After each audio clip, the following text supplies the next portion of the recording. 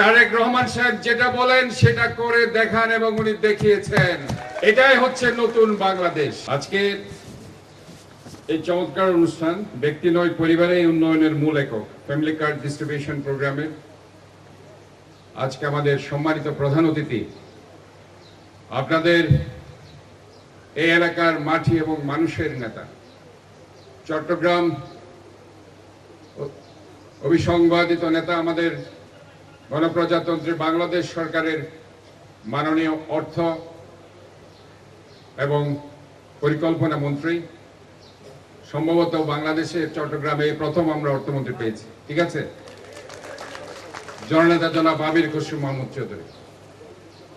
আজকে এখানে উপস্থিত আছেন মাননীয় প্রতিমন্ত্রী মীর হেলাল, মাননীয় সংসদ সদস্য জনাব আবু সুফিয়ান, মাননীয় বিভাগীয় কমিশনার এবং জেলা প্রশাসক এবং আমাদের ইসরাফিল খসরু, নাজিমুর রহমান সহ সম্মানিত অতিথিবৃন্দ, সুধী সমাবেশ 41টি ওয়ার্ডের আমাদের রাজনৈতিক নেতৃবৃন্দ এবং যারা আজকে এই কার্ডধারী যারা আছেন এবং সাংবাদিক বৃন্দ। ড্রিঙ্কো এখন রিয়েল ফ্রুট পাল্প ও নাটে চেরি সহ নতুন প্যাকে নতুন স্বাদে। আমি প্রথমে ধন্যবাদ জানাতে চাই এই কাজটা করার জন্য চট্টগ্রাম জেলা প্রশাসন এবং আমার চট্টগ্রাম সিটি কর্পোরেশনের আঞ্চলিক নির্বাহী কর্মকর্তা এবং এখানে সমাজসেবা অধিদপ্তরের যারা কর্মকর্তারা নিরলস পরিশ্রম করেছেন।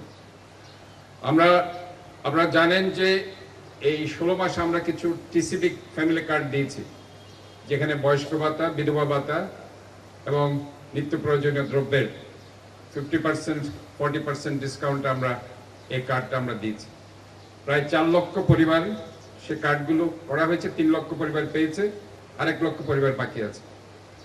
কিন্তু যে জিনিসটা আমরা ইন্টারিম গভর্নমেন্টের সময় যেটা হয়নি, 2,500 টাকা একটা পরিবারের কাছে 2,500 টাকা যে কত অমূল্য সম্পদ, সেটা নির্বাচনী প্রচারণায় যখন আবু সুফিয়ান সাহেব বলেছেন, ওনারা যখন বলেছেন যে আমরা এই ধরনের সুবিধা আমাদের দেশনায়ক তারেক রহমান দেব, অনেকে বিশ্বাস করতে পারেনি, অনেকে উপহাস করেছে, আমরা দেখেছি অনেকে উপহাস করেছে, বলে আরে কে পারবে কিনা। কিন্তু তারেক রহমান সাহেব যেটা বলেন সেটা করে দেখান এবং উনি দেখিয়েছেন। এটাই হচ্ছে নতুন বাংলাদেশ। উনি জিয়া রহমান ফাউন্ডেশন করেছেন 2001 সালে। উনি বলেছেন একটি উদ্যোগ, একটু চেষ্টা এনে দেবে সচ্ছলতা, আসবে দেশে স্বনির্ভরতা। এই স্বনির্ভরতার মধ্যে উনি একটা আত্মনির্ভরশীল আমাদের নারী গোষ্ঠীকে করার জন্য ওনার যে প্রচেষ্টা, ইনশাআল্লাহ সেটা বাস্তবায়ন করে দেখিয়েছেন চট্টগ্রামের সুযোগ্য সন্তান আমাদের সম্মানিত অর্থমন্ত্রী জননেতা জনাব আমির খসরু মাহমুদ চৌধুরী এই পতেঙ্গার 41 নম্বর ওয়ার্ডে। ইনশাআল্লাহ ধাপে ধাপে প্রতিটা ওয়ার্ডে এটা হবে, চিন্তার কিছুই নাই। অন্য অন্য ওয়ার্ড মনে করছে হয়তো আমরা পাবো না, কিন্তু ইনশাআল্লাহ এটা হতে থাকবে।